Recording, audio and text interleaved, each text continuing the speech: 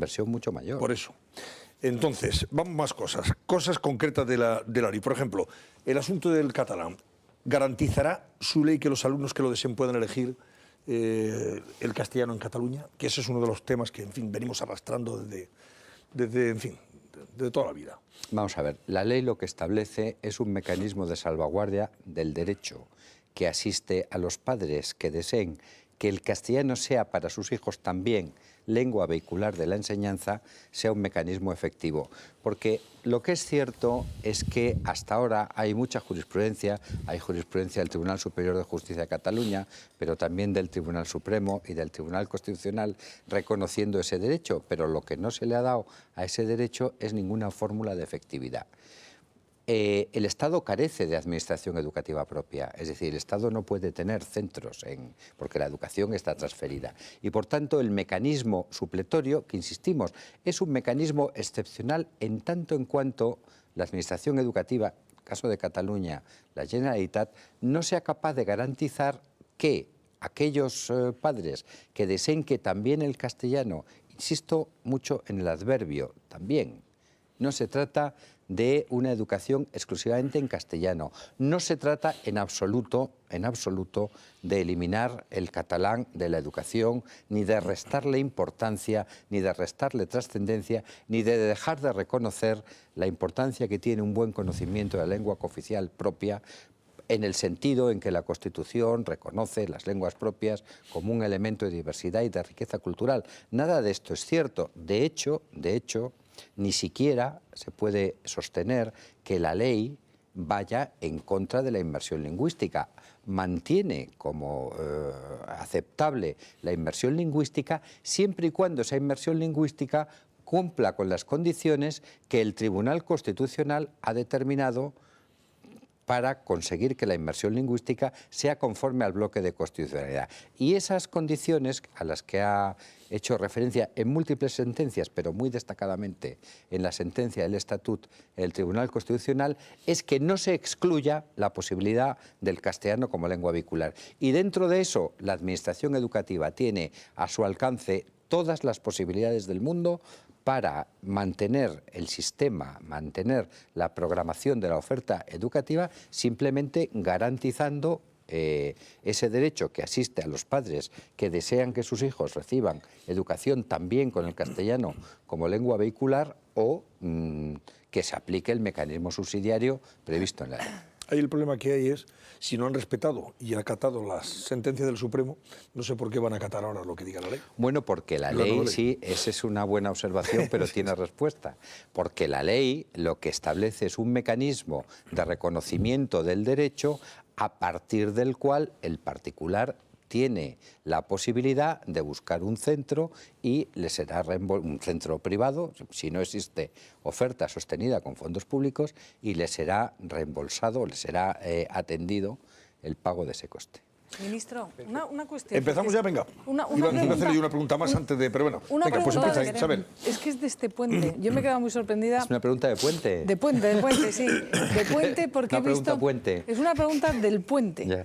Es una... Hoy hay 7 comunidades todavía de fiesta. Una denuncia que ha hecho este puente el secretario de Formación del Partido Socialista, el señor Simancas, diciendo que usted acaba de dejar sin beca a miles de estudiantes este puente por una orden que ha publicado su ministerio, en la cual dice que reduce la cuantía de las becas a miles de estudiantes de Erasmus de 295 a 233 euros. Y dice que en 2011 había 63 millones de euros presupuestados y que la realidad es que hoy hay 15 millones de euros para las becas.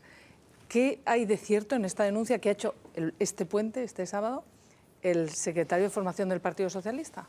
Pues yo tenía previsto proclamar unilateralmente una tregua de Navidad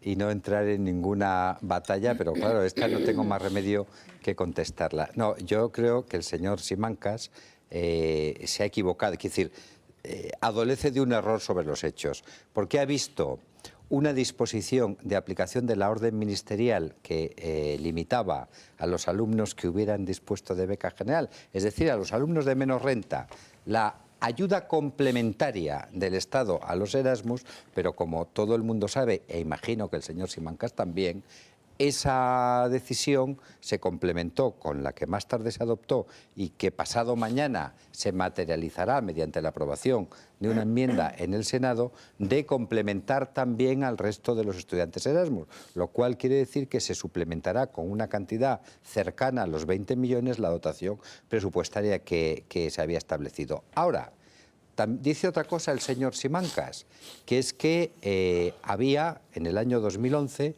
un presupuesto de 62 millones y ahí debo decir que dice la verdad. Había un presupuesto de 62 millones para las becas Erasmus.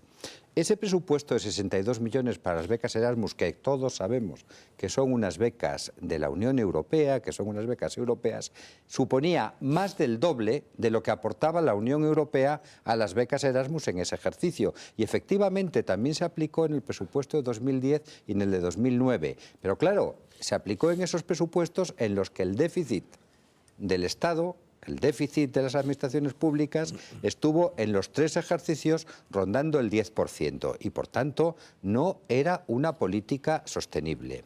La reducción del presupuesto dedicado a las becas Erasmus deriva de una idea que, por otra parte, yo creo que desde el punto de vista social es inobjetable, de concentrar más recursos en los estudiantes de menos renta. Y por eso la dotación de las becas generales y ayudas al estudio en el presupuesto de 2014 ha experimentado un incremento de 250 millones de euros. En una situación como esta, sin que esto suponga ni mucho menos, y vamos a procurar que en la convocatoria 2014-2015, vamos a procurar mantener el número de becarios Erasmus. Pero yo lo digo con toda honestidad, si al final la opción en un contexto de recursos escasos es entre dar una dotación complementaria mayor o menor a las becas Erasmus o permitir que un estudiante de baja renta pueda continuar con sus estudios, yo, francamente, intentaré que no haya que llegar a esa opción. Pero si hay que llegar a ella, yo siempre estaré en favor de que el estudiante de baja renta pueda continuar sus estudios o su movilidad de Erasmus. Señor ministro, yo soy de UGT, sabe que pertenezco a la Federación de Enseñanza, una de las federaciones que más se ha opuesto, por supuesto, a su ley. Y yo le quería preguntar... A veces con poco fundamento, Eva. La LOE... Como por ejemplo recientemente. La LOE nació con una memoria económica de aproximadamente algo más de 7.000 millones de euros y en la suya se prevé un gasto aproximado, por lo que tengo entendido, de 1.335 millones. Cuando yo he leído la ley con detenimiento, dentro de las pruebas diagnósticas, bueno, hay pruebas diagnósticas que precisamente lo que hacen es orientar y ver dónde está el fallo para, de alguna manera, tomar soluciones y medidas para que ese niño pueda seguir adelante, y hay otras que determinan o no el que ese niño certifique, se gradúe, es decir, son totalmente decisorias a la hora de determinar si ese niño continúa o no continúa. La mayor parte de la carga de programas precisamente de apoyo para los niños que puedan tener dificultades a la hora de aprobar esas pruebas recaen en las comunidades autónomas. Y yo me pregunto, de esos 1.300 millones, solamente, o sea, 927 más o menos son los que recaen en peso en las comunidades autónomas. ¿Qué va a ocurrir si ahora mismo, con los recortes que está habiendo en educación por parte de muchísimas comunidades y donde precisamente se está recortando es en los programas de compensación educativa, qué va a ocurrir con esos niños que, por ejemplo, llegando al cuarto de la ESO, que se va a modificar, aprueban todo, no son capaces de superar esa prueba, y las comunidades autónomas, puede haber comunidades que no estén poniendo el dinero suficiente para esos programas de mejora? ¿Qué va a pasar con esos niños? ¿Se quedan descolgados del sistema? ¿Qué solución se les va a dar? Vamos a ver, si un niño, oye, la verdad es que la pregunta era larguita, ¿eh? Hombre, pero para poder responder bien necesitaba un minuto. Ya, no sé si voy a ser capaz de responder. A mí somos más breves en las preguntas, por favor. Responder igual de largo. Vamos a ver, yo creo que aquí hay dos cosas distintas en ese planteamiento. Una, efectivamente, la memoria económica de la LOE, que preveía un periodo de aplicación de 7 años, para todo ese periodo incluía 7.000 millones, donde se incluían partidas que ahora no se han incluido como partidas específicas de la ley, como por ejemplo las becas, una parte significativa de las becas. Pero volvamos al inicio de la conversación. Es verdad que toda esa inversión al final no ha tenido una traducción equivalente, por ejemplo, en disminución del abandono escolar temprano. Hay un dato muy curioso. el año en el que la inversión educativa de todas las administraciones públicas es más alta, el año 2009, es el año en el que la tasa de abandono escolar temprano es también la más alta, ¿Y por qué? 32%. Pues porque es exactamente aquello de lo que hablábamos antes. No es tanto una cuestión de cuánto se gasta, sino de cómo se gasta y en qué se gasta. Pero no quiero eludir la pregunta respecto a los refuerzos y los apoyos. En la LOMCE está previsto una anticipación de los programas que ahora llamamos Mejora del Aprendizaje y del Rendimiento, programas MAR, en homenaje a uno de los contertulios de este programa, que vamos a anticipar para tener una detección precoz de esas necesidades, y evidentemente de lo que se trata es justamente de lo contrario, de evitar que nadie se quede atrás. Un chico que no consigue superar la evaluación final de la ESO no tiene que repetir, puede repetir la evaluación, pero no tiene que repetir el curso.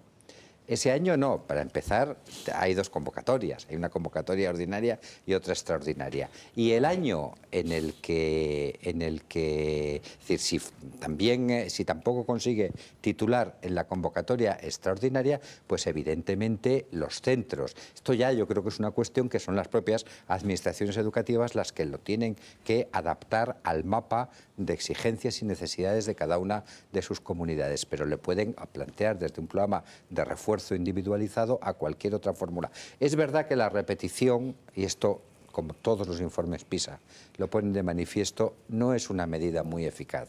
Que repetir curso no sirve y que repetir curso crea muchos problemas. Por eso es tan importante la detección precoz y por eso es tan importante el dar una autonomía a los centros que permita, en función de lo que sean sus necesidades de dar apoyo y refuerzo o de aplicar estos programas de mejora del aprendizaje y del rendimiento, que tengan flexibilidad para aplicarlos. Y luego, en cuanto a lo que señala de la reducción de los presupuestos educativos, es innegable que se ha producido. Es innegable que las comunidades autónomas, como tuvo que hacerlo también en 2012, por suerte el año 2014, hemos incrementado el presupuesto del Ministerio, pero es verdad que han hecho unos ajustes. Ahora, esos ajustes no se han producido, como se había dicho, en términos de una reducción drástica, por ejemplo, del profesorado. Es decir, las cifras que se habían dado de reducción del profesorado no casan con la información objetiva, con los datos que tenemos de esa reducción. Que se han suprimido cosas que forman parte del entorno educativo y que realmente es